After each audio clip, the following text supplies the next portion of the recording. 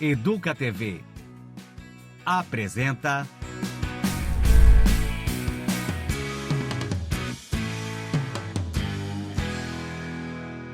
Orgulhe-se. Olá, que bom que você está aqui. O meu nome é Thiago e eu estou coordenador de políticas públicas para a diversidade sexual de Campinas. Eu quero te convidar a uma reflexão. A educação não muda o mundo, a educação muda pessoas e pessoas mudam o mundo. Essa é a ideia que guia o nosso podcast. Provocar discussão, trazer conhecimento para que nos leve à transformação. Cada episódio é um convite para nós abrirmos os olhos, o coração e a mente, abertos a uma nova forma de se ver o mundo e as pessoas. Porque a mudança começa sempre pelo ouvir, em seguida o refletir e posteriormente a mudança de comportamento. Então ajusta o volume, respire fundo e vem com a gente nessa jornada de aprendizado e transformação. Orgulhe-se. Orgulhe-se da sua história. Orgulhe-se de ser quem você é. Orgulhe-se de sua trajetória. Este videocast é um espaço de respeito. Respeito a todas as pessoas, a todas as histórias, a todas as existências. Aqui, a diversidade não é exceção, é potência, é conexão. É o que nos transforma e nos enriquece. Começa agora mais um episódio do nosso querido videocast, o Orgulhe-se. E hoje nós vamos falar sobre infância e diversidades. E como você já sabe, porque você está aqui desde o começo com a gente, a Bárbara vai falar um pouquinho para a gente sobre o nosso tema de hoje. Bárbara, explica. Bárbara, explica. Oi Lili, oi pessoal. Hoje a gente vai falar sobre infâncias trans. Sim, elas existem, crianças trans existem. Quando a gente fala de identidade de gênero, como a gente já falou em outros episódios, que é a nossa sensação interna de pertencer ao universo masculino e feminino, a gente vivencia isso desde muito cedo na nossa infância. Isso começa a acontecer na nossa vida com cerca de 2 anos e meio, 3 anos e meio. Então, uma criança já começa a manifestar a sua identidade de gênero, a sua identificação com o gênero masculino ou feminino, desde muito cedo. E muitas vezes, a gente sabe que essa identidade de gênero está de acordo, tá? Em congruência com o seu sexo biológico. Mas muitas vezes essa identidade de gênero, ela está em desencontro, ela tem um desconforto, uma incongruência com o sexo atribuído ao nascimento. Quando isso acontece, a gente dá o nome de transexualidade. E isso começa a aparecer na nossa vida com 2 anos e meio, 3 anos e meio, 4 anos de idade. As crianças já começam a demonstrar um pertencimento, uma sensação interna de pertencer, de se identificar com algum desses universos, no sentido mais amplo do masculino e do feminino. E quando isso começa a acontecer e essa identidade de gênero está em desconforto, em desencontro com o sexo biológico, pode ser que a gente tenha uma criança trans. Quando a gente fala de criança, a gente não está falando da nossa orientação sexual, que está aqui, lembra, no nosso coração? A gente não fala de crianças homossexuais, crianças heterossexuais, a gente não fala dessa questão, porque criança não namora. A princípio, criança nem expressa sua identidade, sua orientação afetiva sexual, mas a sua identidade de gênero já começa a aparecer desde a infância. E o que a gente vai fazer com isso? Respeitar. Muito se fala hoje em dia que a gente dá hormônios para crianças, que fazem cirurgias em crianças. Isso é mentira, gente. Não acredite nesse tipo de notícia. Até porque para adulto já está difícil o hormônio, imagina para criança. Então isso não faz nenhum sentido. A criança simplesmente vai exercer o seu papel de criança. Só que a gente vai respeitar o gênero com o qual ela tem dito para a gente que ela se identifica. Muitas vezes esse gênero está de acordo com o seu sexo biológico e muitas vezes não. Então, é legal a gente perguntar para essa criança como essa criança quer ser chamada, quais os pronomes que essa criança se identifica. Ai, Bárbara, mas é muito cedo para a gente entender que uma criança é transexual. Sim, por isso que a gente só fala em tendências, a gente não bate martelo, a gente não fecha nenhum tipo de diagnóstico. Essa criança e essa família precisam de orientação psicológica, precisam de um acompanhamento. Por quê? para que essa criança mude? Não, para que essa criança cresça de forma saudável. Muitas vezes nós, enquanto sociedade, nós mesmos não deixamos essa criança ser criança. A gente tem uma tendência a adultizar, né? Quantas vezes a gente vê crianças, meninas maquiadas, com sandalinha de salto, indo para a escola. Se a gente deixasse nossas crianças serem crianças, a gente talvez nem precisasse falar em criança trans. A gente falaria numa criança que quer usar boné, numa criança que quer usar sandália, numa criança que quer usar a fantasia do Hulk, da Mulher Maravilha. As crianças precisam ser crianças e exercitar a sua infância de forma livre, usando a sua imaginação, usando a sua criatividade. Nós é que nos preocupamos com essa questão de gênero na infância. A criança não tem essa preocupação. A criança quer brincar, ir para a escola, aprender. Então a gente precisa entender que esse é um processo da criança. E a gente não vai fazer nenhuma intervenção com essa informação. Quando essa família percebe que tem uma criança trans, que tem uma criança que não está de acordo, vale lembrar que eu não estou falando de cor, eu não estou falando de brinquedos. Brinquedos são objetos de divertir criança. Não existe brinquedo de menino, brinquedo de menina. Existem brinquedos.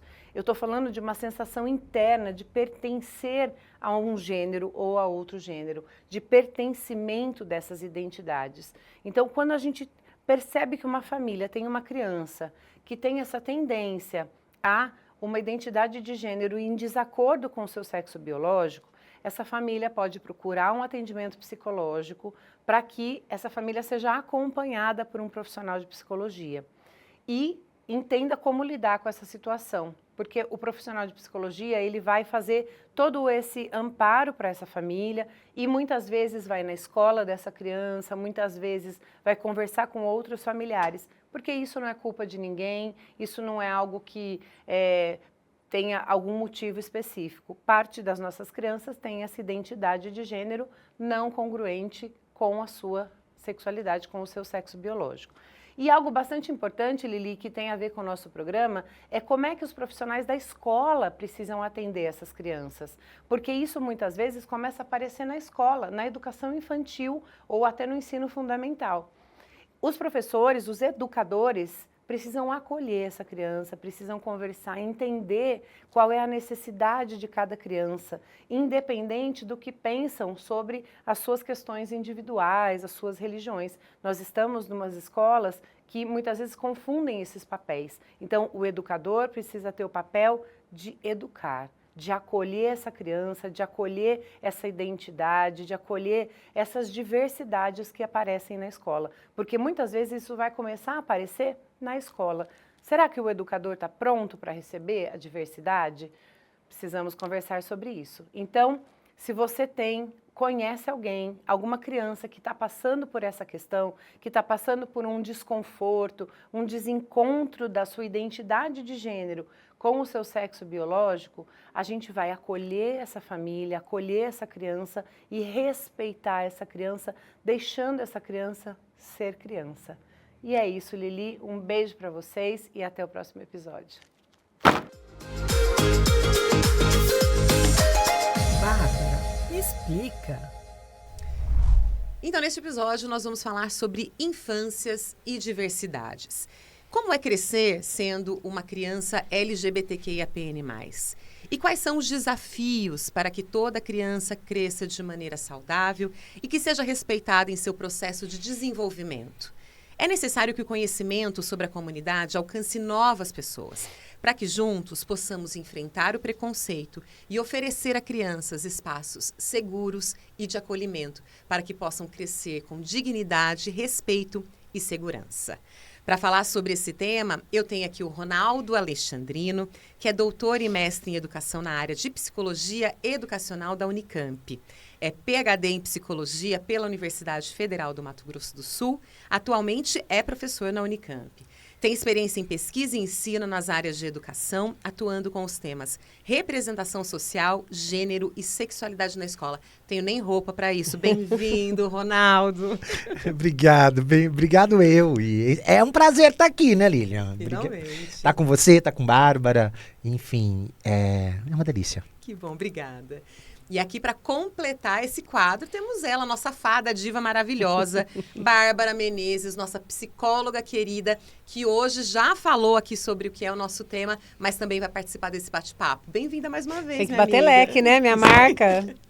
Obrigada, Li. Obrigada de novo de estar aqui. É uma honra e um orgulho poder falar desse tema tão importante. Ô, Bárbara, lá no início da nossa temporada, eu perguntei quem era você. E aí, mudou alguma coisa, amiga? Me conta. Nossa, mudei. Claro, a gente muda o tempo todo, né? Mas eu acho que a gente já gravou tantos programas, né? Com todas as letrinhas. E eu sempre falo que nesses 22 anos e meio que eu trabalho no Centro de Referência LGBT, eu aprendo cada dia com cada pessoa e eu gosto muito disso, porque eu acho que a gente tem que estar aberto o tempo todo para aprender, né? É muito triste a pessoa que acha que sabe tudo e que não tem nada para aprender. Então, para mim, é desafiador, mas ao mesmo tempo é encantador, né? Então, eu acho que eu hoje sou uma pessoa com certeza muito melhor por conviver com essas pessoas, por aprender, por tudo que a gente ouviu aqui. Aliás, quem perdeu os programas, gente, não percam, vai na rede social ver os programas que já foram gravados, porque eles estão incríveis. E eu sempre falo que eu sou uma mãe melhor, uma pessoa melhor, uma psicóloga melhor. Então, acho que um ser humano melhor por estar nesse meio e conviver com essas pessoas. Muito bem. E você, quem é o Ronaldo Alexandrino? Olha, Lilian, eu sou neto de agricultores paulistas, eu sou neto de retirantes nordestinos, eu sou filho de um metalúrgico aposentado, eu sou filho de uma empregada doméstica que não trabalha mais, eu sou padrinho da Vitória e da Rebeca, e sou professor e viado, né? Me dizer viado é extremamente importante. Esses dias, curiosamente, minha mãe chegou para mim e falou assim: Ronaldo, posso falar com você um pouquinho? Você não vai ficar bravo? Eu falei, não, pode falar. Ela falou, por que você não troca a palavra? Por que você fala viado, né? Troca a palavra. E aí eu falei para ela, você quer que eu troque por você? Ela falou, sim. Eu falei, não vou trocar, né? Porque tem um sentido político, né? De me narrar desse jeito. Tudo começa, eu estava pensando nisso esses dias, inclusive, quando uma vez eu fui gravar um podcast, eu tinha, acho que, acabado de defender o doutorado, e o título acadêmico, ele mexe muito mais com a cabeça da sociedade do que com a nossa. Né? Não faço questão nenhuma de... protocolo e garantia de acesso a alguns espaços acadêmicos, a questão da titulação para a gente. Né? Mas eu terminei esse podcast e era sobre a temática LGBT e...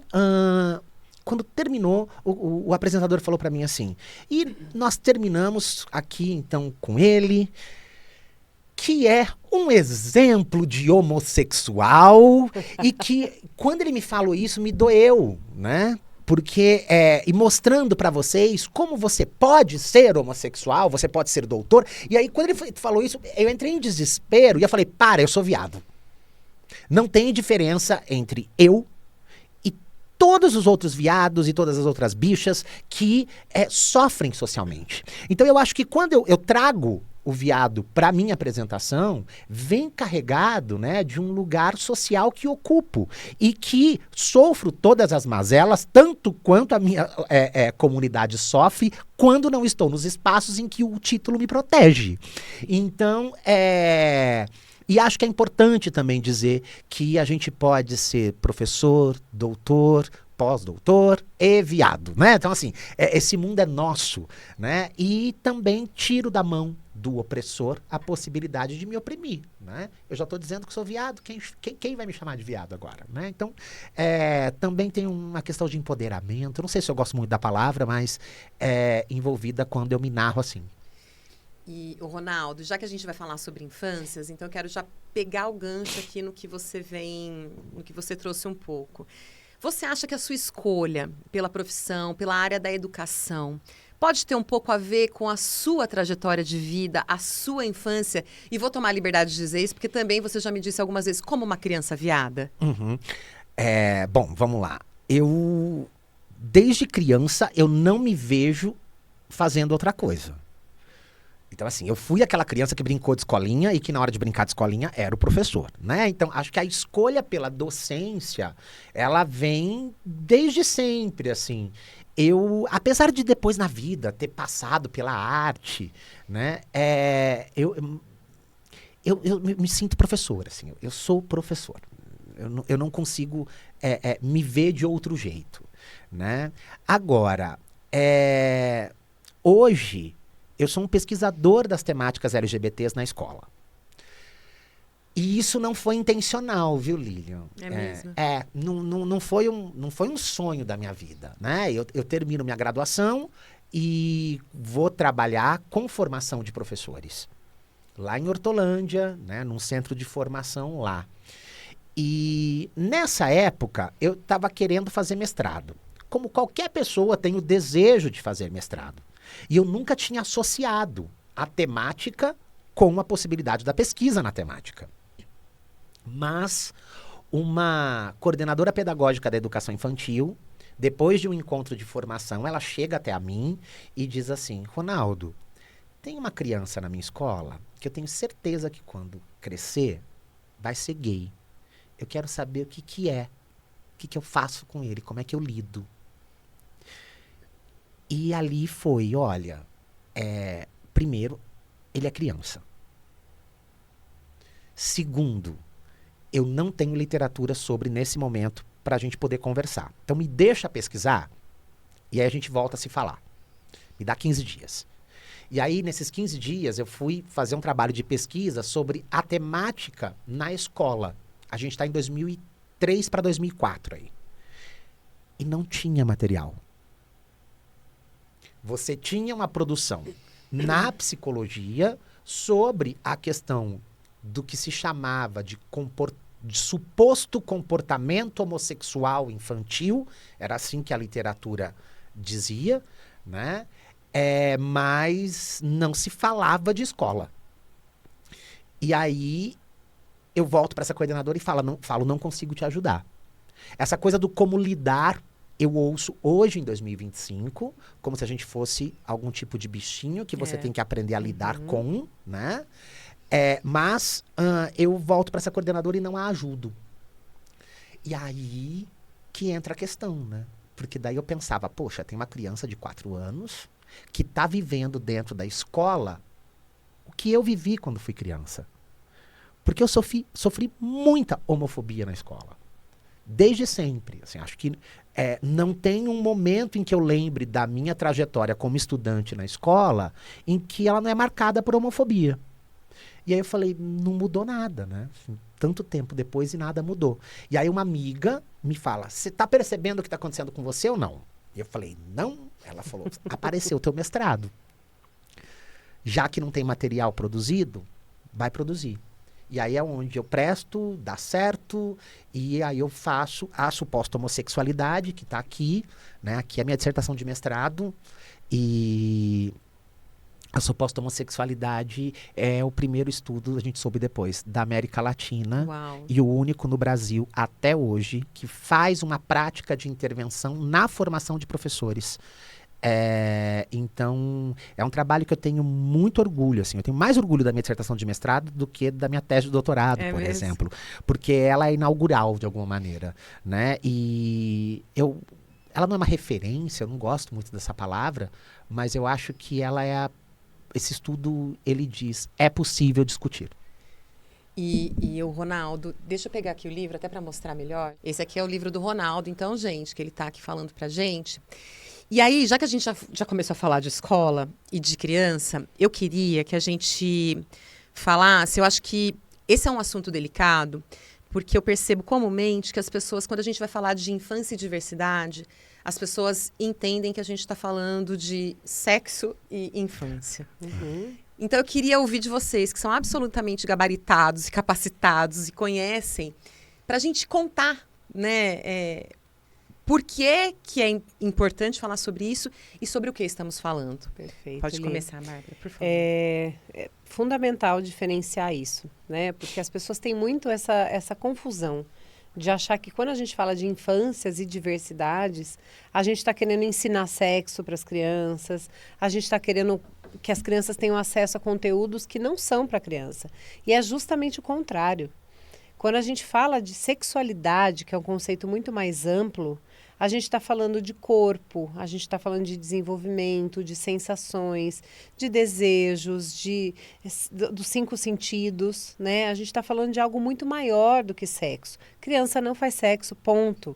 Então, a gente, como eu falei no vídeo antes, a gente nem se preocupa com essa questão, porque quando a gente fala de criança viada, a gente está falando de trejeitos que nós, enquanto sociedades, colocamos como um padrão, e o que desvia desse padrão, o que está fora desse padrão.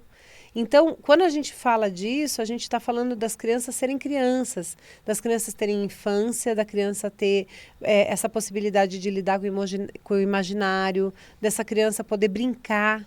A gente, adulto, é que sexualiza as crianças. Nós, adultos, é que trazemos essa preocupação para a infância, né? Ai, vai ser viado, não vai ser viado, vai ser sapatão, não vai ser sapatão, é trans, não é trans. Nós, adultos, é que trazemos essa hipersexualização, né? Nós, adultos, é que falamos para uma criança de 3, 4 anos, é sua namoradinha. Nossa, vai dar trabalho, hein? Vai ter um monte de namorada. E aí, de repente, é um Ronaldo na vida que quer ter namorado. Sim. E aí ele não vê isso como uma possibilidade, porque o tempo todo falam, você vai ter namorada. Então, são muitas construções que nós, adultos, acabamos fazendo. E o que a gente quer, enquanto pesquisadores, estudiosos, profissionais que trabalhamos com essa questão de gênero, é que as crianças sejam livres para serem quem são. Simples assim. É para que a gente possa ter uma criança que usa boné, uma criança que quer usar a sandalinha tal, é uma criança que quer vestir a fantasia do super-homem, da Mulher Maravilha, para que as crianças possam ser crianças. Nós é que acabamos tentando adultizar isso e sexualizar e colocar coisas na infância que não existem. Então, como a gente faz isso, e a gente tem essa questão de gênero acontecendo, a gente fala sim em crianças trans, que são crianças que estão fora dessas expectativas de identidade de gênero, né? De uma pessoa com identidade de gênero em conformidade com o seu corpo, né? Com o seu sexo biológico. Mas a gente não fala em crianças homossexuais, crianças heterossexuais, crianças bissexuais, porque isso pressupõe que criança vai namorar. E criança não namora, criança não faz sexo, criança não tem que ter acesso. E a gente vai caminhando para um caminho de muita violência, porque eu percorro muitas escolas fazendo palestras e eu já ouvi muitos casos dos professores me contarem que o pai mostrou filme pornô para um menino de 5 anos porque quer que ele, entre aspas, vire homem, que ele seja macho. Isso é violência sexual. Então a gente entrou num pânico dessa questão de falar sobre gênero, falar sobre sexualidade com as crianças, que veio por um caminho muito atravessado, que não é isso. Quando a gente fala disso, de gênero e diversidades, a gente está falando da possibilidade dessa criança simplesmente ser criança, dela brincar, dela ter suas fantasias, suas vivências ali, né? Brincar de professor, brincar de super-herói, brincar de carrinho, de boneca, enfim. Então, é justamente na contramão do que socialmente se entende, né? Que é a intenção do que a gente quer. Não, você estava falando, eu estava aqui pensando que, curiosamente, assim, se eu sofro homofobia na escola, eu não sofro em casa. Então, assim, eu não tenho, pai e mãe que foram muito tranquilos comigo, avós incríveis, tios e tias incríveis. E, assim, em casa eu era criança. E aí, quando eu chego na escola, a primeira vez que eu ouço a palavra viado é na escola. Uhum. E eu chego em casa perguntando o que é viado, porque assim, eu não sabia nem o que era, né? Então assim, as pessoas me direcionavam um lugar que eu, aos 6 anos de idade, então vamos lá, qual é a leitura de mundo que uma criança de 6 anos tem, né? E que eu não conseguia compreender, né? E aí eu sou colocado nesse lugar, e aí é o lugar que vai sofrer agressão, é o lugar que, enfim, quando tinha por volta de... Porque daí eu me fecho, né? Eu não vou conversar com ninguém.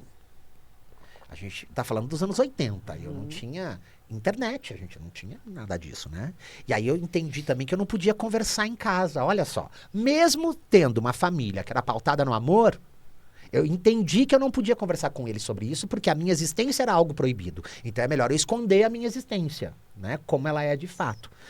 E eu, por volta dos 11, 12 anos, eu já tinha entendido que eu ia morrer jovem em decorrência da AIDS, porque eram essas as informações que chegavam, né? E que eu tinha que esconder quem eu era se eu quisesse sobreviver. Porque a escola tinha me ensinado isso. E quem me liberta é a Madonna. Né? Em 90... Maravilhosa. Em 90, quando eu vejo... na cama com Madonna, não. Na cama com Madonna foi depois. Quando eu vejo Madonna dançando Vogue na extinta Rede Manchete, e eu olho para aquilo e assim, não era a Madonna. Eram aqueles bailarinos gays atrás dela. Que pela primeira vez ninguém estava rindo deles, que pela primeira vez ninguém estava humilhando eles, que pela primeira vez eles estavam dividindo o espaço com aquela mulher incrível. E assim, aí eu fui ver que mulher é essa, né? E aí é ela que me diz aí na cama com Madonna, quando eu vou correr atrás dela, que ela diz, ó, tá tudo bem ser quem você é, assim. Acho que é a primeira pessoa, e aí não é a pessoa, a gente tá falando da importância da arte, Claro, né? No modo como a arte vai construir subjetividades, né? Mas assim, a força que a arte tem de criar possíveis trajetórias de liberdade mesmo na vida das pessoas. E o trabalho da Madonna faz isso comigo. Eu quero resgatar aqui um ponto que a Bárbara trouxe, que você falando, né, sobre infâncias, falando que a gente, obviamente, não fala sobre sexualidade, porque meninos e meninas não devem namorar e não namoram, né? Então, isso é um ponto muito importante, porque no Brasil a gente sabe ainda que, por exemplo, o número de uniões, né, que nem são uniões com crianças, né, e com menores de 14 anos, ainda é uma existência e uma realidade que precisa ser combatida, mas você separa falando que, no caso de crianças trans, há um reconhecimento, e eu quero até que você fale do ponto de vista da psicologia mesmo, porque é importante que as pessoas entendam isso, né? A gente não está falando sobre a relação que a criança vai ter, mas sobre quem ela é, como foi o que o Ronaldo disse aqui. Né? Você não sabia que você era diferente, você não sabia de nada disso, você era exatamente quem você era. Então eu queria falar um pouco sobre isso, um pouco mais sobre isso com vocês. Perfeito. A nossa identidade, ela é construída, né? Vários teóricos aí falam, não existe um consenso, mas até mais ou menos os 7, 8 anos, a nossa identidade, a nossa personalidade, o nosso caráter, ele vai sendo construído.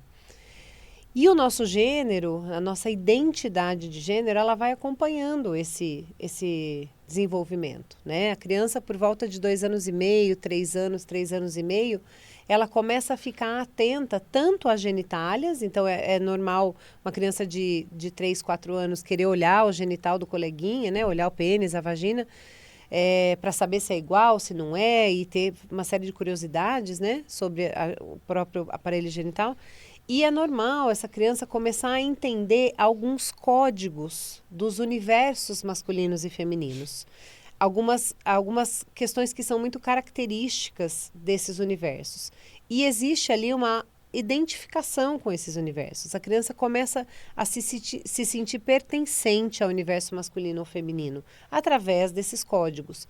Mas é algo muito mais profundo do que roupa, cor, saia, é cueca, é vestido, é alguma coisa, né, superficial. Isso faz parte também desse entendimento.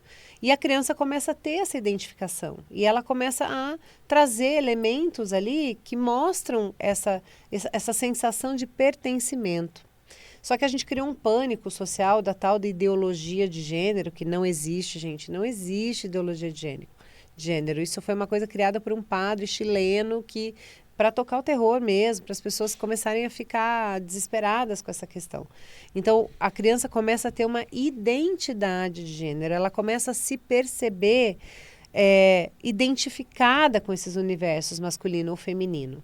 E aí, muitas crianças, sim, se identificam de acordo com o seu sexo biológico. Mas muitas crianças não se identificam. né? E, de novo, não é sobre brinquedos. Brinquedos são objetos de divertir criança. Não existe brinquedo de menino, brinquedo de menina. Não existe cor de menino, cor de menina. Mas existem códigos muito profundos sociais. Então, a prova disso é, se você tiver um menino que se identifica como um menino de 4, 5 anos, e você falar para ele, olha, amanhã você vai na escola de saia, de vestido, de calcinha, ele não vai. Porque ele já entendeu que isso não faz parte do universo que ele se sente um menino. E isso faz parte do universo feminino. Então, isso não faz sentido para mim. Ou, ao contrário, uma menina que você falar para ela, olha, amanhã você vai de cueca na escola. Ela não vai. Ah, Bárbara, mas existe cueca feminina. Sim, mas tem que estar escrito cueca feminina. Se você vê na prateleira cueca, você entende que é do universo masculino. Então, essa identidade de gênero, ela vai se mostrando ao longo desse desenvolvimento. Existem muitas pesquisas do porquê, as pessoas perguntam muito por quê. Existem muitas pesquisas que dizem, inclusive, que isso faz parte do desenvolvimento gestacional, né? Que mais ou menos por volta de 8 semanas, isso são pesquisas, né? Estou só reproduzindo aqui estudos, né, de universidades bastante conceituadas, dizendo que por volta de 8 semanas de gestação, a criança começa a desenvolver o corpo. Então, ela recebe uma carga de hormônio, masculina ou feminina no sexo, né, no corpo físico, e aí vai desenvolver para um pênis ou para uma vagina. E por volta da 21ª semana de gestação, essa criança vai começar a receber essa carga hormonal na cabeça, no cérebro. Tanto é que a gente escuta pesquisas dizendo que existem estruturas e quantidades de estruturas cerebrais diferentes no homem e na mulher. E aí, esse cérebro vai se desenvolvendo para o masculino e para o feminino. Normalmente, no que a gente tem de mais comum, existe uma congruência entre a identidade de gênero e o corpo. Mas existem essas crianças que não se identificam, né? E muitas pessoas perguntam, mas não é muito cedo para essa criança saber se ela é menino ou menina? Mas a gente não vai fechar um diagnóstico, a gente não vai dar uma sentença ali. É muito importante frisar que não existe hormonização para criança. A gente não dá hormônio para criança, não existe isso. Até porque para adultos já está difícil conseguir hormônio. Imagina para criança. Então, assim, existem muitos mitos a respeito disso. O que a gente busca e aí da visão psicológica, a partir do momento em que existe uma criança que não se identifica com a sua genitália, com o seu sexo biológico, então ela se identifica como um menino, ela se sente um menino, mas ela nasceu no corpo de menina, ou ao contrário, ela se sente uma menina, né, e ela nasceu no corpo de menino, a gente vai só respeitar o gênero com qual ela se identifica. A gente vai respeitar o nome que ela quer ser chamada ou chamado. A gente vai tentar minimamente respeitar isso. Vestimentas que que a criança gostaria de usar, a gente vai respeitar, só isso. Nenhum psicólogo vai dar nenhum laudo diagnóstico, nada. A gente vai acompanhar esse desenvolvimento, né, até ali o momento da puberdade.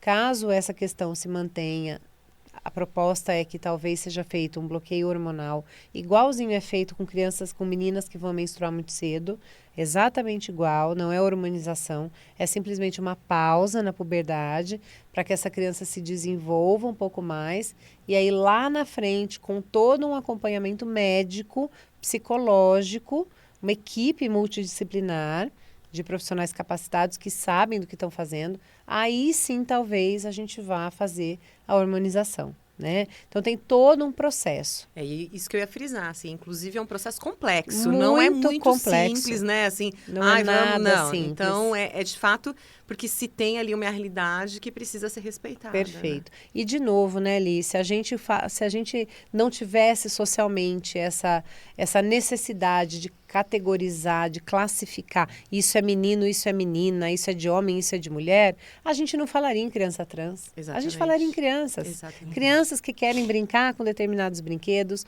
com fantasias, com crianças que têm o seu imaginário, que faz parte do desenvolvimento, né? Então a gente nem estaria preocupado com isso. Mas como a gente tem essa necessidade de categorizar, a gente acaba falando em crianças trans nesse sentido de respeitar a existência dessa criança, respeitar, porque a criança tem sim vontades, consciências, né, de uma série de coisas. Ela talvez não saiba nomear. É o que você falou, eu nem sei o que é viado, né? Mas de alguma forma você entendeu que você era diferente do que os outros meninos faziam ali, né, e viviam. Então é respeitar essa vivência, é respeitar essa existência e olhando para a beleza da diversidade, né? Que bom que nós somos diferentes, né? Que bom que existe uma diversidade aí. Eu queria complementar na questão da ideologia de gênero. Ai, né? perfeito. Assim, porque eu tenho escrito algumas coisas, né? E aí, assim, não dá pra gente negar que ideologia de gênero enquanto conceito existe. Ah, sim, conceito com certeza. Porque tá aí. Sim. Né? Então, assim, e aí eu venho olhando muito isso. Essa papagaiada que disseram é que não existe, Isso. né? Então, assim, eu lembro quando apareceu num fatídico jornal nacional, um livrinho roxinho que eu comprei pra ver o que tinha, Eu também. e falando, aqui é o kit gay, e aqui tá a ideologia de gênero. Quando eu ouvi a primeira vez a expressão, eu sou pesquisador da área, falei, Isso. deixa eu ver o que é isso. E aí eu não encontro na literatura. Não existe. Até né? porque esse livrinho roxinho de gay não tinha nada. É. Era justamente uma questão de educação sexual de um sexo hétero, inclusive. Sim, e do sexo hétero, que era, se não me engano, francês, né? Francês, é um livro francês. Mas, enfim, mas eu gosto de pensar na ideologia de gênero como um dispositivo do medo. E aí a gente consegue afirmar a existência, né? Então, vamos lá. Só existe a discussão da ideologia de gênero porque existe a homotransfobia. E aí eu gosto de pensar na fobia. Porque muita gente não entende essa fobia da homofobia ou da transfobia. Né? Então, fobia é medo. Medo do quê? Né? Uma vez eu escutei assim... Mas se não tiver agressão física, não é homofobia, porque tem que ter medo de apanhar. Falei, pera, você está invertendo a lógica da coisa. Né? Então, eu sou um homem gay, e aí assim, qual risco eu te causo? Isso. Né? Se eu não for um maníaco sexual, se eu não for um psicopata, ou se eu não for uma pessoa sem caráter que vai te roubar, eu não te ofereço riscos. E mesmo que eu oferecesse, isso não tem a ver com a minha sexualidade. Perfeito. Então, a fobia, esse medo do meu corpo, ele não vem daí. Ele vem da onde? Ele vem da possibilidade da ocupação dos espaços sociais. Então, a homofobia, a transfobia, ela é direcionada aos nossos corpos porque socialmente o que a sociedade está dizendo é: vocês não merecem estar no convívio social. E aí não é à toa que eu me disse viado no começo. Então, quando a ideologia de gênero ela é disparada, porque ela é disparada para uma instituição, que é a escola. Quando ela é disparada para a escola, esse que a gente vai chamar então de dispositivo de ódio, né? Esse dispositivo de ódio, ele se reconfigura na escola como? Então, se a ideologia de gênero está na escola, é na escola que crianças vão aprender a ser LGBTs. E aí é o medo dessa existência que faz com que famílias vão ameaçar professores, com que famílias vão exigir participação em currículo de um modo extremamente autoritário e não coletivo. É a partir do medo que é disseminado socialmente, que a ideologia de gênero se firma como um dispositivo de controle, portanto, social, né? Então, é interessante a gente entender que o que pauta a circulação da ideologia de gênero nada mais é do que a homotransfobia. E ela é pautada no medo de que crianças sejam LGBTs. Como se... E aí, ensinar a ser LGBT... é uma coisa que a gente não consegue fazer, né? Mas essa ideia, ela é criada lá na Europa higienista, no século XVIII, né? Com algo chamado pederastia. E aí a pederastia, ela era entendida, ela tinha dois significados que circulavam. Um era o de crime, e ser crime eu tenho que tirar do convívio social, Por isso que a gente, enquanto sociedade, quer tirar as pessoas LGBTs do convívio. E segundo, porque a pederastia ela era entendida como algo que se contaminava. Então é a lógica do contágio, eu pego na convivência. Estava tendo um surto de sífilis e gonorreia lá também, é tudo junto, né? Então, o pederasta era aquele que transmitia a doença, né? Então, essa doença é transmitida no convívio. Então, você não pode conviver porque senão pega.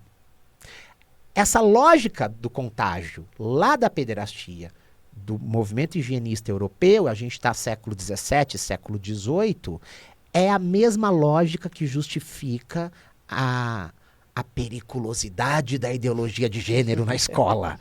É a mesma lógica de funcionamento, né? A gente muda o modus operandi, digamos assim, o jeito de se fazer, mas a lógica de exclusão dos corpos, ela é a mesma, né? E aí a gente está dizendo para a escola, esse espaço não é um espaço para esses corpos. E aí não é à toa que a capinha do meu livro não tem gente. A carteira tá vazia. Com a bandeira do arco-íris atrás. Excelente. Não sei, divaguei? Não, é isso não. mesmo, é maravilhoso, Fez a gente pensar, na verdade. E é por isso que a gente está aqui. É isso, é pra gente pensar sobre mesmo. E aí eu quero falar, falando de exclusão, e aí não tem como a gente não entrar na violência.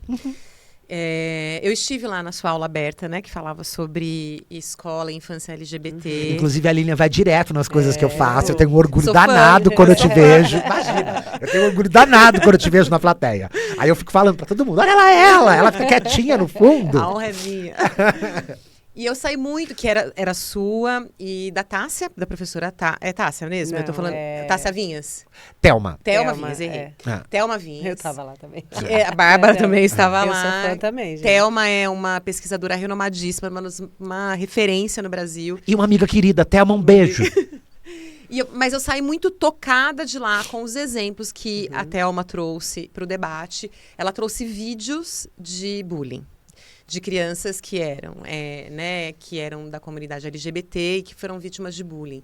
Porque eu achei muito importante ela fazer isso. Porque, assim, quando a gente fala de bullying, parece que é uma coisa que está meio longe da gente. Porque, né, somos adultos, ainda que tenhamos filhos em idade escolar, não nos parece tão próximo. Quando ela traz aquele vídeo, é que a gente consegue ter dimensão da dor, do dano e do prejuízo, né, que essas violências trazem. E eu não vejo outro caminho, queria ouvir de vocês, de combater esse tipo de violência, se a gente não falar a respeito do respeito e da diversidade. E eu queria que você começasse, Ronaldo, porque você é o pesquisador da área e teve essa vivência como criança LGBT na escola e já nos disse aqui que foi uma infância marcada pela violência. Nesse dia, o que mais me marca é um relato da Ícaro, que estava com a gente. Ícaro Kadoshi, beijo. Queremos você aqui. Ícaro, vem pra cá. Vem.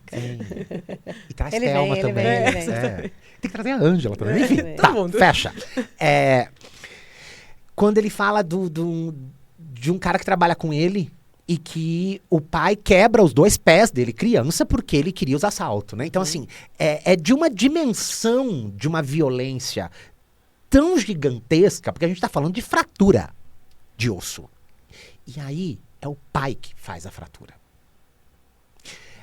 Quando você pega o relato de uma amiga minha, professora Duda, da cidade de Salto, Duda, um beijo também, né? E a Duda diz, olha, eu era uma criança de 4 anos e quando meu pai percebeu que eu era delicada demais com os meus coelhinhos, ele pega um martelo e bate na cabeça dos 3 coelhinhos e mata, e pede para que na minha frente, e pede para que minha mãe cozinhe esses coelhos para que eu coma. Então, assim, isso é de uma violência para com os corpos das crianças que eu não consigo dimensionar. Como é que pai e mãe podem fazer isso? Então, esse é o primeiro ponto. E aí, quando vai para a escola, isso está legitimado. Porque pais e mães já fazem em casa. E se a escola não continuar legitimando essas práticas, é que a escola sofre. Porque qual é a escola hoje que sofre um enfrentamento social? É aquela que deixa as crianças serem quem são. A escola que oprime, a escola que, de uma certa maneira, permite que crianças apanhem, a escola que faz vista grossa para as violências que as famílias cometem, essas escolas elas não são noticiadas, né? E aí, Lilian, eu acho que não tem outro jeito. Existe lei, cumpra-se. A gente não criminalizou a homotransfobia à toa. Né? Então, assim, tá criminalizado. Não me importa. Esse discurso, para mim, de pai e mãe, ele é de família. E, assim, eu não sou contra a família. Muito pelo contrário. Como eu disse para você, eu tenho uma família incrível comigo. Mas eu sou exceção. Porque as histórias dos meus colegas e das minhas colegas não são as minhas histórias. Então, assim, não vem dizer que família ama todos os filhos. Não, porque família ama filho que seja hétero, cis, higienizadinho e que perpetua a lógica social. A partir do momento que você pisa fora da curva, né, e você nem sabe que está pisando fora da curva, essas famílias vão te destinar também violência. Então, eu acho que se existe lei, ela tem que ser cumprida. Então, hoje, a conversa que a gente tem que ter dentro da escola eu fico muito incomodado com esses letramentos todos que estão sendo feitos agora, né? Porque aí tem letramento racial, tem letramento LGBT, aí você faz o curso do letramento, você já não é mais racista, acabou. Né? Quem dera. Você faz o letramento LGBT, ó, já tem o cursinho agora aqui, ó. Pode bater leque. Tô diplomado, já posso bater leque, é ótimo.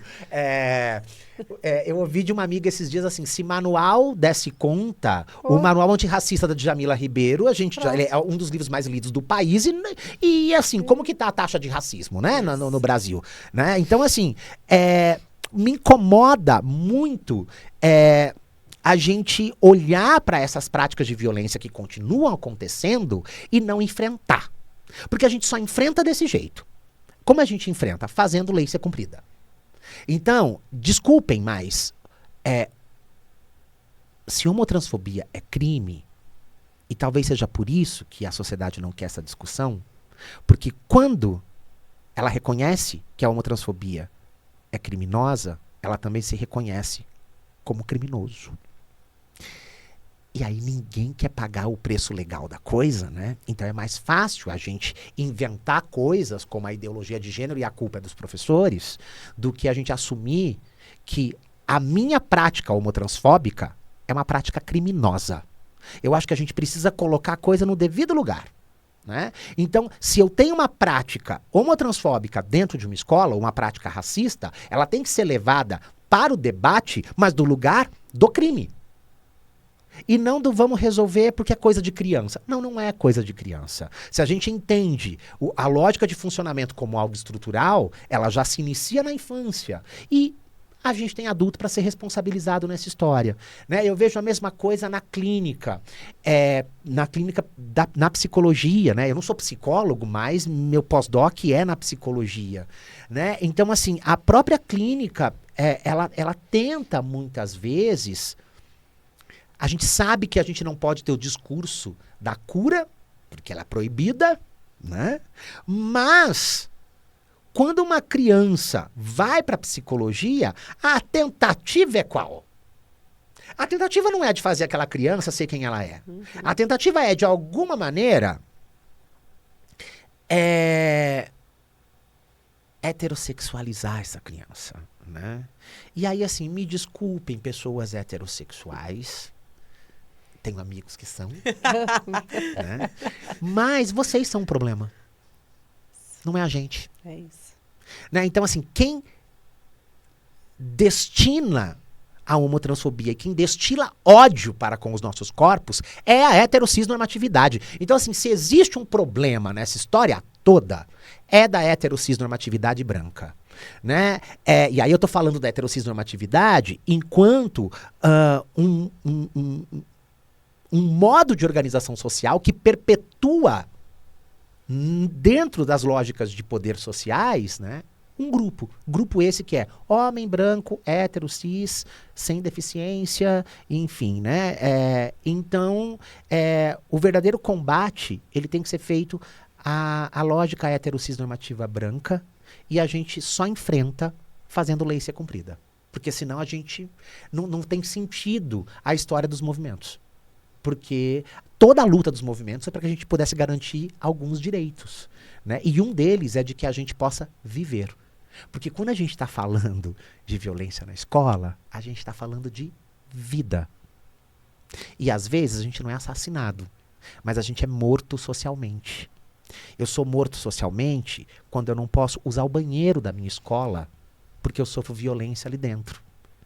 Aí eu saio dessa escola e as pessoas dizem que foi evasão.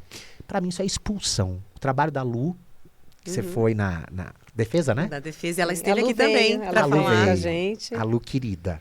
Um beijo, Lu. A Lu aborda isso no trabalho dela, né? Então, assim, a escola nos expulsa diariamente.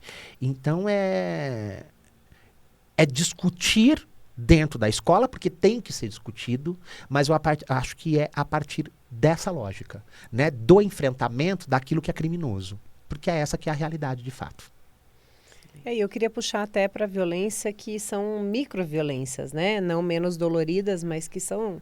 Porque negligência também é violência, né? Quando uma situação acontece na escola, quando uma situação acontece com algum aluno, e muitas situações acontecem, e a escola não se posiciona, as pessoas não se posicionam, isso também é violência, né? É importante que a gente entenda que as violências não são só agressão física, agressão sexual, e elas são muito graves, óbvio, e são muito comuns, né? Mas elas talvez sejam mais palpáveis. Mas quando a gente tem uma criança o tempo todo, uma criança ou adolescente, que o tempo todo é chamada de viadinho, é chamada de mulherzinha, é colocada nesse lugar de não poder ir no banheiro porque você não pode, porque junta um grupo para te zoar, para te oprimir. E aí essa criança sai da escola, e aí é mais uma violência, porque é uma criança evadida da escola, uma criança expulsa da escola, não é uma criança que simplesmente resolveu parar de estudar. E quando a gente se cala frente a piadas que não são piadas, quando a gente se cala frente a brincadeiras que não são brincadeiras, e a gente tem uma péssima mania de, não, mas isso não foi isso que eu quis dizer. Não dá mais para passar pano. Quando a gente se cala, a gente também está praticando violência. A gente precisa todo mundo se responsabilizar por uma sociedade mais igualitária, né? Para que a gente possa quebrar essa ideia de que, não, mas isso é piada, não, mas é brincadeira. Não é. Se todo mundo não se divertiu, não é brincadeira. Mas o mundo tá chato. Sim, se tá chato para você, que bom. Porque tá chato pra gente, pra muita gente, há muito tempo. Faz tempo. Né? Então, é o mundo do mimimi, não pode mais falar. Não pode. Simples assim. Simples assim, gente, não pode. Por isso que a gente está falando aqui todos os episódios. Abra sua mente, abra sua cabeça, abra seu coração para entender que o mundo mudou. A gente não está mais, é na nossa época. Gente, não estamos mais na nossa época, a gente está na época de agora. E agora não pode mais, porque as pessoas estão morrendo. Ou morrendo fisicamente, morrendo mesmo, ou sendo suicidadas, porque perdemos muitas pessoas com o suicídio, ou sendo suicidadas em vida. Pessoas que se fecham dentro de si, pessoas que são diamantes aí que podem ser lapidados e que estão escondidas, porque não podem ser quem são, porque não podem amar quem amam, né? Então, acho que vale lembrar que violência não é só soco, pontapé, murro, palavrão, xingo e violência sexual. Violência é quando você negligencia também. Sim. Se você escutar uma piada que você entendeu que a pessoa falou que é uma piada e que não é uma piada, porque, né, isso ofendeu, alguém se sentiu desconfortável, alguém se sentiu mal, né? Ou se alguém te falar, olha, isso que você falou foi um comentário racista, foi um comentário machista, foi um comentário homofóbico, transfóbico, simplesmente aceite, se desculpe e não faça mais. É simples assim.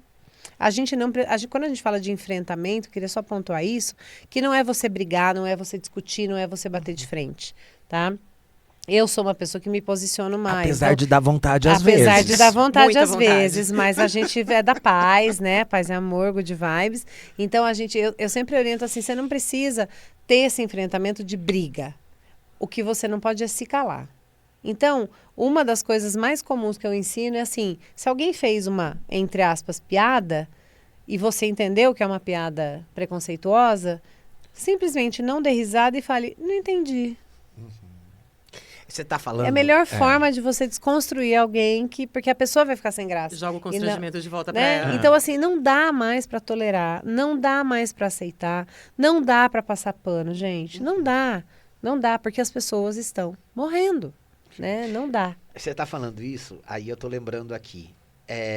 Eu saí do microfone, né? Eu tô lembrando aqui. Eu tô trabalhando num livro próximo, né? Eba. Na verdade, parênteses, então. A suposta homossexualidade parte 2 está pronta. Eba. Acho que o ano que vem. E quando eu fiz esse aqui... Ai, gente, Vou eu pegar, não- eu pego pra você. Tá, você tá mais acostumada a driblar o microfone que eu. Esse é um outro livro que eu tenho um orgulho danado, que é um livro que eu organizei junto com Fauston Negreiros. Fauston é um pesquisador da psicologia escolar educacional e ele me convida para a gente pensar juntos uma obra que pudéssemos pensar a questão da psicologia escolar educacional e a nossa população. E aí, por conta da suposta, ele me convida e a gente organiza junto. Foi quase 2 anos, porque é uma coletânea, a gente quis pesquisadores da área. E aí depois a gente descobre também que é o primeiro livro da psicologia escolar e educacional do país sobre o recorte temático. Então, assim, eu tenho um orgulho danado desses meus 2 filhinhos aí. E tem que ter mesmo. Tem que ter mesmo. Mas era um sonho do Fausto, ele fala assim, eu queria entrar numa livraria um dia e ver um livro da psicologia escolar educacional e os nossos corpos. Então a gente realizou isso juntos, assim, enfim. Mas quando eu tô trabalhando com o Fauston aí, é que a questão do sofrimento psíquico, ela me bate, né? Então, eu faço meu pós-doc com Sônia Urti, que... Gente, eu falei o nome de todo mundo aqui. E eu não falei o nome de Ângela Soligo. Ângela Soligo me orientou no mestrado, doutorado. Ângela, um beijo, te amo. Depois ela fala assim, você não me mandou beijo. E lá no meu pós-doc, as meninas estavam olhando no grupo de pesquisa da Federal do Mato Grosso do Sul para a questão do sofrimento psíquico docente, para o adoecimento das professoras. E aí eu me apropriei dessa discussão teórica e falei, peraí, o que é que isso dialoga com o que eu faço? Né? E aí quando eu vou escrever um dos textos que está aqui, eu já ensaio uma discussão para o sofrimento psíquico. Hoje ela está todinha mapeada para mim, aqui, só falta agora aqui, mas eu quero trabalhar nisso no ano que vem, para fazer o lançamento no ano que vem já disso, porque eu acho que é um material que nesse recorte específico da nossa população não tem no país, né? Mas o que eu queria só trazer o nosso sofrimento psíquico, pessoas LGBTs, e aí independente da sua letrinha na sigla, ele começa a partir do momento que o nosso corpo se narra. Para algumas pessoas, isso é com 2, 3 anos de idade. Não existe existência LGBT sem dor.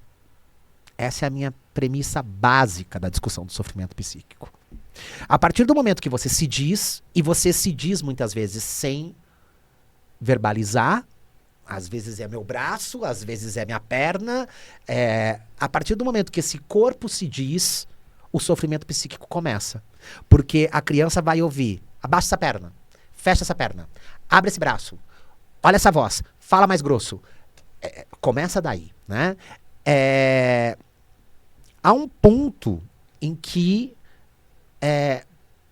a nossa existência, ela começa na infância com o sofrimento psíquico, mas ela nos acompanha a vida inteira. Né? Então, em algum momento, a gente passa a sofrer por existir como a gente é. E eu só queria dizer que, assim, esse sofrimento, ele não pode ser naturalizado na gente. Tem quem gere o sofrimento. É esse que é o ponto. E é aí que a gente tem que entrar, né? Principalmente quando a gente pensa nas crianças. Porque eu não consigo dimensionar as violências que crianças sofrem. Porque criança só tinha que brincar e estudar. Assim, era só. Não tinha que fazer mais nada. né? Dá para ajudar em casa também, ok. Mas é ajudar, né? Mas criança tem direito de ser criança, de ser feliz na infância, né? E infelizmente as crianças da minha população, elas sofrem desde cedo, né? Aí depois cresce os adultos de 47 igual eu sequelado, aí não sabe por quê, né? Não sabe paquerar, não sabe nada. Porque a gente quando chega na hora de se desenvolver, então vamos desenvolver afetivamente falando, que é lá na adolescência, como a Bárbara disse. A gente tá assim, ó. Quem eu sou? Onde é meu lugar no mundo? Onde eu tá? faço? O que eu faço? A gente não se desenvolve do mesmo jeito que a heterocisnormatividade, né? E ainda os nossos corpos vão dizer, ó, se vocês se envolverem afetivamente escondido, é mais tranquilo. Aí a gente sabe. Agora pode falar? Palavrão? A gente sabe fazer sexo. Isso. Ok. Ok. Mas a gente não sabe namorar, né? Isso é sintoma de sofrimento psíquico, Sem dúvida. né? Então, E sintoma de uma sociedade adoecida. É, porque o sim. adolescente LGBT, ele tem que se preocupar tanto em sobreviver, que as questões da paquera, questão, né? Fica pra segundo plano. Fica pra depois, assim. Ele tá tentando tanto entender o que é estar na contramão do que esperam dele, ele tá tentando entender esses rótulos todos que colocam em cima deles, né? Tá tentando entender seus desejos, seus afetos, e que não dá tempo de paquerar como qualquer outro adolescente, né? Ele tem todas as questões que todo adolescente tem, de mudanças do corpo, de mudanças, né, emocionais, físicas, mas ele tem uma preocupação de sobrevivência, né, que o adolescente hétero cis não tem. E acho que é legal a gente falar um pouquinho, só um resuminho do que é essa tal dessa hétero cis normatividade, né? Porque a gente já falou bastante em vários programas, mas é para as pessoas entenderem que a hétero cis normatividade, ela é colocar a heterossexualidade e a cisgeneridade, né? Ou O que seja, é uma pessoa cis? o que é uma pessoa cis. Vocês já assistiram os outros Vamos programas, então tô retomar. falando desde o começo, hein? Pessoa cis é uma pessoa que tem a sua identidade de gênero de acordo, em congruência com o seu sexo biológico. Ou seja, Eu me sinto um homem e eu nasci num corpo de homem, eu me sinto uma mulher e eu nasci num corpo de mulher. Então, as pessoas cisgêneros, independente com quem eu me relacione, né? Nós três somos três pessoas cisgêneros, né? Então, somos pessoas que nos reconhecemos com o nosso gênero, de acordo com o nosso corpo. Então, a heterocisnormatividade é você colocar essa única possibilidade. É você colocar como única possibilidade a heterossexualidade e a cisgeneridade. e vira norma. E isso vira uma normativa, isso vira uma norma. Então, tudo que foge disso é considerado errado, ruim, é considerado algo que não pode existir, né? Então, por isso que a gente fala que o que mata o LGBT, o que faz essa violência acontecer é a heteronormatividade. E em coisas, gente, às vezes do dia a dia, em alguém, por exemplo, de você ir no ginecologista ali, algum ginecologista já te perguntou, você se relaciona com quem? Com homens, com mulheres? Não pergunta. Nunca. Ele já supõe. Supõe que se você falar, eu sou casada, como é o nome do seu marido? Exatamente. Né? Isso é a heterocisnormatividade. Estou falando um exemplo bobo, que parece bobo, mas a mulher lésbica que vai no ginecologista, ela não consegue se abrir se o ginecologista não dá essa brecha. Então, essa normativa, essa opressão vem desde muito cedo, como uma única condição. E né? é muito engraçado, né, que a heterocisnormatividade, assim como ela não vai ensinar uma pessoa que nasce LGBT a ser hétero, Sim. o contrário também não acontece, minha Não, gente, né? gente, Porque não. é isso, todos É isso. crescemos vendo, né, principalmente quem é da década de 80, de 70, só tinha Só. homem e mulher, homem e Isso. mulher. E as pessoas LGBT existem desde que Desde o mundo que é o mundo é mundo. Perfeito. Então, assim, o LGBT não vai ensinar a ser LGBT, assim como o hétero também não ensina, Nada. porque é aquilo que nós somos, Isso, né? É aquilo que nós somos e temos o direito de ser. Ô, gente, eu ficaria aqui a Ai, tarde eu toda. Já acabou? Você acredita? Ai, Te que digo mais, acho que a rápido. gente até estourou o tempo. Ai, meu Deus. A gente fala pouco, né, amor? Pois Mas foi maravilhoso, Ai, mas eu gente. queria que vocês tivessem uma última palavra para dizer aí uma última mensagem, um último recado, o que o coração de vocês desejarem para a gente encerrar esse programa de hoje. Gente, eu não sei fazer isso, não. Deixa eu ver. Deixa eu mandar beijo pro Thiago, que tá aqui também. Porque depois as pessoas falam que eu não mando beijo. Thiago, um beijo, obrigado. Beijoqueiro. Depois você marca todos esses arrobas, viu? Tá. Dos beijos. Dos beijos. Olha assim, acho que se eu tivesse que dizer alguma coisa, eu não sei se eu tô nesse lugar de dizer, Ah, tá. mas é assim, a gente só quer viver. Sendo quem a gente é. Às vezes a gente dá tanta volta para poder explicar o óbvio, né? Então é isso, assim, não matem a gente, não nos agridam, a gente só quer viver, mais nada. E deixa a gente viver quietinho, deixa não. Vou pedir permissão para ninguém. Volta, né? Então, a gente só quer viver. Então, assim, parem de nos matar, parem de, né? Porque acho que a gente está vivendo um mundo hoje em que a gente pode exigir esse direito. Sim. Né? Então, eu não peço mais respeito, eu não peço, eu exijo. Né? Então, você tem que exigir. E, o mais importante, protejam as crianças. Porque eu sou um homem de 47 anos que sei me defender, né? Mas quando criança eu não sabia. Então, crianças precisam de proteção. E se ouvir criança viada, criança trans, ainda te soa estranho, proteja as crianças. Né? Porque toda criança tem direito a viver bem em casa, na escola, e a gente tem que ser por elas. Muito obrigada. Obrigado eu. Nunca vou ter palavras para agradecer a sua presença aqui. Imagina, pode chamar quantas vezes quiser. Já tá chamado. Aí, tá bom. Obrigada. Sou eu que agradeço. E eu sou fã, gente. Assim, é muito legal a gente estar gravando, né, com gente que a gente admira, com gente que a gente gosta e com gente que a gente conhece também fora daqui. Né? Acho que isso faz toda a diferença para a coisa fluir. Assim. Obrigado. Obrigado eu. Querido. Você, minha Que amiga. delícia, gente. Agradecer por estar aqui do lado do meu amigo Ronaldo. Você é fada, diva maravilhosa. Cadê você? Fada sou eu, né? Você é diva maravilhosa. Eu quero só que a gente realmente leve essa mensagem mesmo das nossas infâncias, porque infâncias, né, no plural. Porque são infâncias diferentes, Sim. né? Uma infância aqui do Alphaville é diferente de uma infância do Osiel, que é diferente de uma adolescência de uma infância do Bassoli, que é diferente de uma infância do Cambuí, né? São infâncias. Então, que a gente possa trazer a pluralidade e a inocência para essas crianças no sentido realmente de serem crianças, sabe? No sentido de poderem brincar, de poderem não serem contaminadas com a nossa insegurança enquanto adulto, com o nosso medo, com a nossa homotransfobia.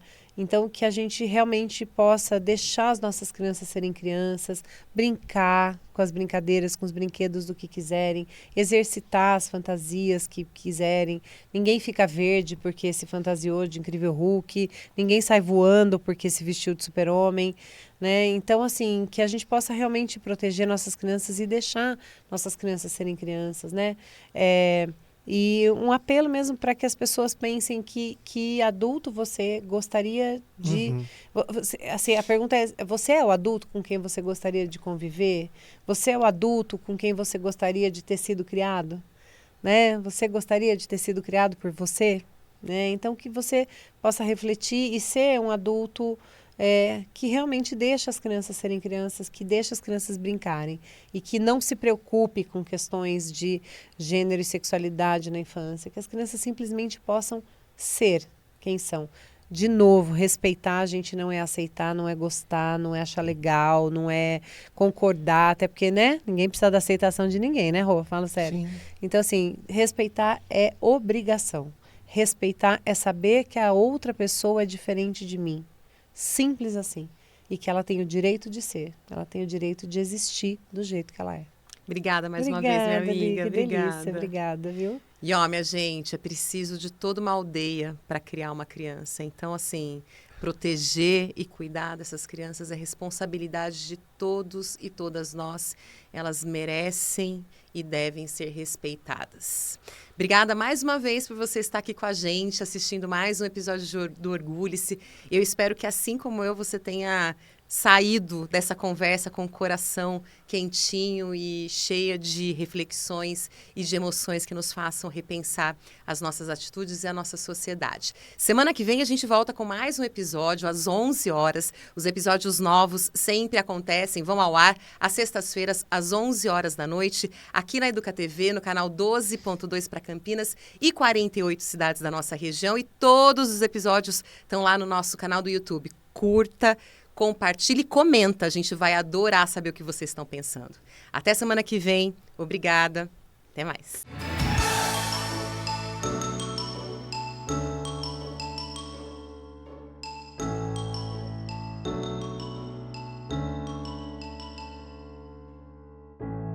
Você assistiu